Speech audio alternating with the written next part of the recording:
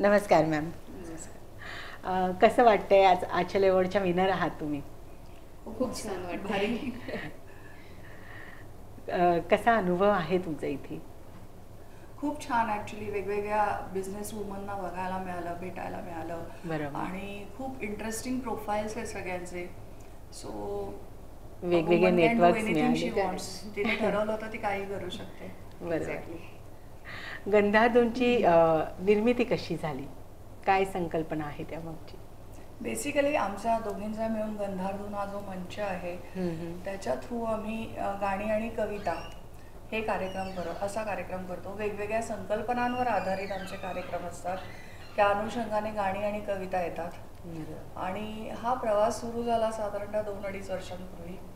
आम्ही भेटलो, असं वाटलं एकत्र काम होऊ शकतं. आणि तो जो एक समाजात टॅबू आहे की दोन बायका एकत्र राहू शकत नाही, तो आम्ही खोटा ठरवला, पुसून टाकला. एक्झॅक्टली. हो. बरं, पुढे त्या संदर्भात काही कसे प्लॅन केलेत गंधाधूनने? कारण तुमच्याकडे कविताही आहे, संगीतही आहे, मग त्या संदर्भात काही प्लॅन केले? नाही, बेसिकली कसं आहे, आम्ही फक्त कविता आणि संगीत नाही, तर जेव्हा जेव्हा it comes to women empowerment तेव्हा आम्ही कथक बेसमधले कोणीतरी एक बेस्ट वुमन असेल तिला आम्ही मंचावर तिची प्रतिभा आमच्या मंचावरनं ती सादर करते, किंवा दुसऱ्या कवयित्री आहेत त्यांना आम्ही चान्स देतो. म्हणजे असं नाही आहे की गंधारधूनमधनं फक्त मी आणि श्रुती, आम्ही इतरांनाही आमंत्रित करतो आणि लोकांसमोर त्यांची ओळख घेऊन येतो. बरोबर. आजच्या तरुण पिढीतील कलाकारांना तुम्ही काय संदेश द्याल? कलाकारांचं म्हणाल तर रियाज तर खूप जास्ती महत्त्वाचा आहे. त्यांचे स्किल्स डेव्हलप झाले पाहिजे, त्याशिवाय तुम्ही पुढे जाऊ शकत नाही. बरोबर. आणि तुमच्या क्वालिटीमधनंच तुमच्या पुढे प्रोग्रेस दिसत असते. म्हणजे कन्सिस्टन्सी खूप महत्त्वाची आहे. बरोबर.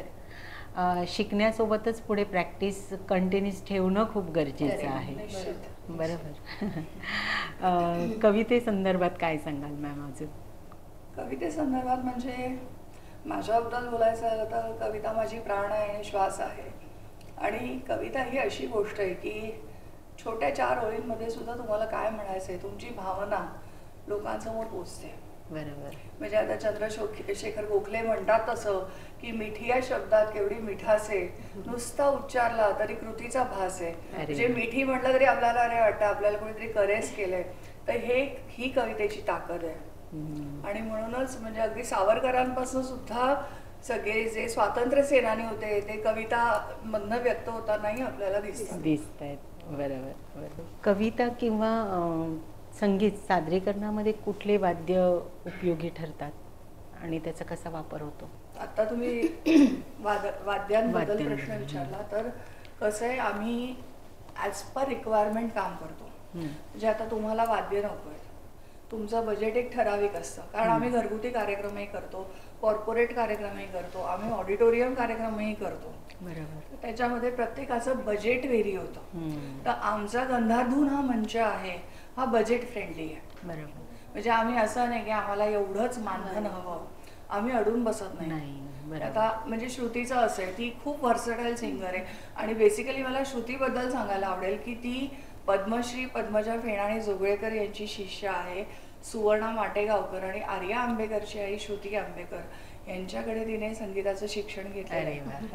आणि म्हणजे कधी कधी लोकांना असंही वाटतं की हा काय म्हणजे 2 बायका आहेत, गृहिणी आहेत, करतात काहीतरी छंद जोपासतात, तर तसं नाही. ती स्वतः BA LLB आहे, पण तिने सुरांची साथ धरली.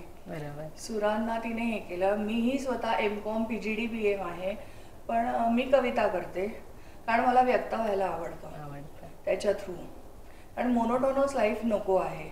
आणि हा एक वेगळेपणा आहे की we are educated, we can see. म्हणजे आम्हाला एक लक्षात येतं की रसिकांना काय हवंय. आणि म्हणूनच मी म्हणजे अभिमानाने सांगेन की गंधारधूनचा म्हणजे आम्ही जवळजवळ 30च्या वरती शो केलेले आहेत महाराष्ट्रभर, पण एकही, आणि तेही या 1.5 वर्षाच्या स्पॅनमध्ये, तर एकही कार्यक्रम आमचा की बाबा आमच्या समोर रसिक प्रेक्षक नाही असं झालेलं नाही. म्हणजे हाऊसफुलच जातात. आणि तो श्रुतीच्या सुरांवरचा किंवा माझ्या शब्दांवरचा, निवेदनावरचा विश्वास आहे. बरोबर. आजच्या डिजिटल युगात गंधारधूनला लोकांपर्यंत पोहोचवण्यासाठी काय करताय? सध्या आमची म्हणजे परमेश्वरा कृपेने माउथ टू माउथ पब्लिसिटी जास्ती होते, पण त्या व्यतिरिक्त सोशल मीडिया आणि आता तुम्ही आहातच. बरोबर. पुढच्या पिढीला काय सांगाल मॅम, ज्यांना ह्या फील्डमध्ये यायचं आहे, ज्यांना कविता करण्यास, संगीतमध्ये इंटरेस्ट आहे, तर त्यांना तुम्ही काय मार्गदर्शन कराल? मार्गदर्शन म्हणजे मी माझ्याकडनं निवेदिका म्हणून हे सांगेन की तुमचा अभ्यास पक्का पाहिजे. बरोबर. तुम्हाला एखाद्या विषयावर बोलायचं आहे, कारण गंधारधूनचं जे तुम्ही मगाशी विचारत काय वेगळेपण आहे, तर हा वेगळेपण आहे की ती गाणं म्हणते आणि मी फक्त आता तुमच्यासमोर सादर होतं हे गाणं, हे निवेदन नाही. तर त्या गाण्यामागे एखादा किस्सा असतो, एखादी घटना असते, काहीतरी घडलेला इतिहास असतो, तोही मी त्या निवेदनातनं रसिकांपर्यंत पोहोचवते. आणि त्यासाठी अभ्यास हा गरजेचा असतो. बरोबर. आणि जे तुम्ही सादर कराल, जे बोलाल, ते विश्वासार्ह समोरच्या रसिकांनाही वाटलं पाहिजे. आता तिचं जेव्हा गाण्याचा येतो इश्यू, म्हणजे प्रश्न येतो, त्याला सूर तर पक्के पाहिजेच. म्हणजे लोक तानसेन नसले तरी कानसेन नसतात. बरोबर. नवीन पिढीला हेच की कन्सिस्टन्सी हवी, स्वतःवर विश्वास हवा आणि अभ्यास हवा आणि इंटरेस्ट असणंही महत्वाचं आहे. पॅशन म्हणून काम करणं पण गरजेचं आहे. बरोबर. मॅम छान कविता करता ऐकलंय, तर ऑडियन्सला आज एखादी कविता होऊन जाऊ दे. जरूर. बेसिकली कवी असतात तर ते थोडे वेडे समजले जातात, म्हणजे संवेदनशील असतात, त्यामुळे वेडे समजले जातात. तर प्रेम हा बऱ्याच कवींचा आवडीचा विषय आहे. तर मी माझी प्रेम या विषयावरचीच कविता सादर करते की ऊन पावसाच्या लपंडावात सप्तरंगी इंद्रधनु खुलतं. ऊन पावसाच्या लपंडावात सप्तरंगी इंद्रधनु खुलतं. अहो नेमकं तसंच आयुष्यात प्रेम घेऊन कोणीतरी येतं. अरे शोधू म्हटलं तर दिसत नाही, अनुभव म्हटलं तर अनुभवही येत नाही, पण एक उसळणारं मन भेटतं तेव्हा प्रेम झाल्याशिवाय राहत नाही. आणि कसं आहे ना, प्रेमाची कबुली देण्याला खरं तर काहीच महत्व नसतं. प्रेमाची कबुली देण्याला खरं तर काहीच महत्व नसतं. नजरेतल्या भावना जाणून घेण्यात आगळं वेगळं सार्थक असतं. मात्र हे अनुभवण्यासाठी आपल्याकडेही वेडं मन असावं लागतं.